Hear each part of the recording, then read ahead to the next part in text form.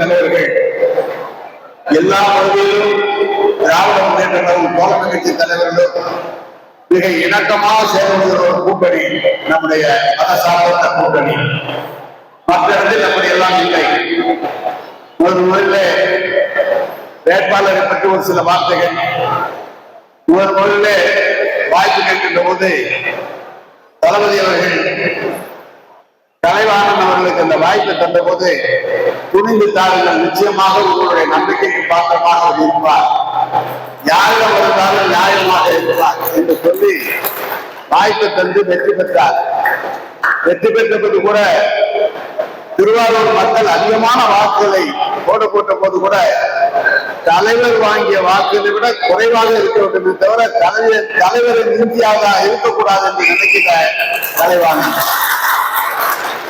நல்ல சட்டமன்ற உறுப்பினர், எந்த இடத்திலும் மனதில் பட்டதை தைரியமாக பேசக்கூடியவர், தனக்கு தந்த செலவுக்கு தந்த பணத்தையே தன்னை நம்பி வந்தவருக்கு தந்துவிட்டு இவர் செலவு செய்யாமல் வெற்றி பெற்ற உங்களால் வெற்றி பெற்றவர். அதுதான் இருக்கிறதே சிறப்பு. இந்த நாட்டிலே 2-3 பேரை நான் பார்த்திருக்கிறேன். திருவிடைமருவூர் ராமலிங்கம் அவர்கள் தலைவர் சென்று கோசுமணி அவர்கள் கும்பகோணத்தில் இருக்கிறார் என்றார். வேண்டாம், திருவிடைமருவூர் நிற்க வைங்கள், நாங்கள் வெற்றி பெற வைப்போம் என்று அவரே சொன்னார். அதே போல பல வேட்பாளர்கள் யாரும் அப்படி எல்லாம் இருக்க முடியாது. எனக்கு வேண்டாம், அவருக்கு குடும்பம் சொல்ற வேட்பாளர்கள் இல்லை. ஆனால் தலைவாணன் அவர்கள் தன்னுடைய செலவுக்கு வைத்திருந்த பணத்தை தன்னை நம்பி வந்த வேட்பாளருக்கு தந்துவிட்டு உங்களால் தேர்ந்தெடுக்கப்படக்கூடிய நல்ல சட்டமன்ற உறுப்பினர். அதுதான் இருக்கிறது சிறப்பு.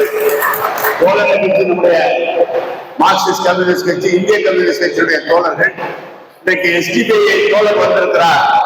தலைவருக்கு இந்த சொன்னார், நன்னிலத்துக்கு போக சொல்லுங்கள் என்று. நான் நேரடியாக உடனடியாக தலைவாணன் அழைத்து தலைவர் உங்களிடம் சொல்ல சொன்னார் என்று சொன்னேன்.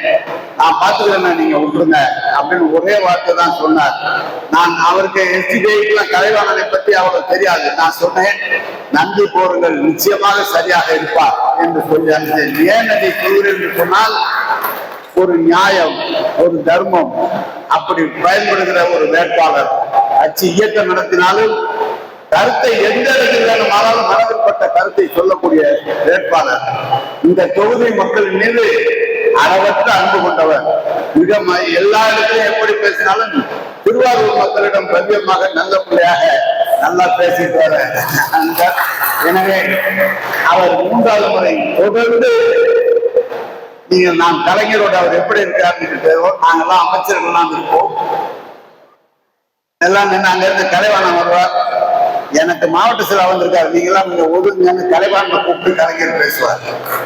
அப்ப நாங்களாம் மாவட்ட செயலாளர் தான், ஏய் நீ திருச்சிக்கு மாவட்ட, எனக்கு மாவட்ட செயலாளர் கலைவாணன் சொல்லி கலைஞர் சொன்னார். இந்த சொல்வதற்கு காரணம் மதுரானன் தான் என்னோட அமைச்சர். என் பின்னால் 2 தடவை உட்கார்ந்த அமைச்சர் 2 முறையும். ஆனால் இந்த கலைவாணனை பார்த்து அவ்வளவு சிறப்பாக செயல்படக்கூடிய கலைஞர் மிக மிக அன்பாக வைத்திருந்தவர் கலைவாணன் அவர்களை தான் வைத்திருந்தார். அப்படிப்பட்ட கலைவாணனை வேட்பாளராக தளபதி அவர்கள் அறிவித்திருக்கிறார்கள்.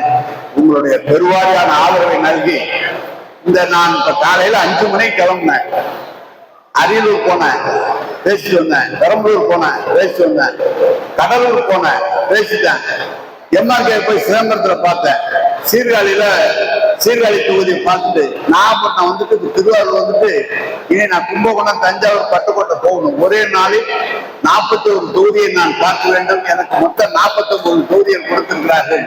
சென்றவிடமெல்லாம் கழகமும் தோழமை கட்சியும் சிறப்பாக இருக்கிறது நல்ல செய்தி உங்களுக்கு சொல்லியிருக்கிறோம். எனவே மீண்டும் கழகம் பொறுப்பேற்கும், கழகாட்சி வரும், தளபதி 2வது முறையாக பொறுப்பேற்பார் முதலமைச்சராக என்று சொல்லி கலைவாணனுக்கு உங்களுடைய ஆதரவு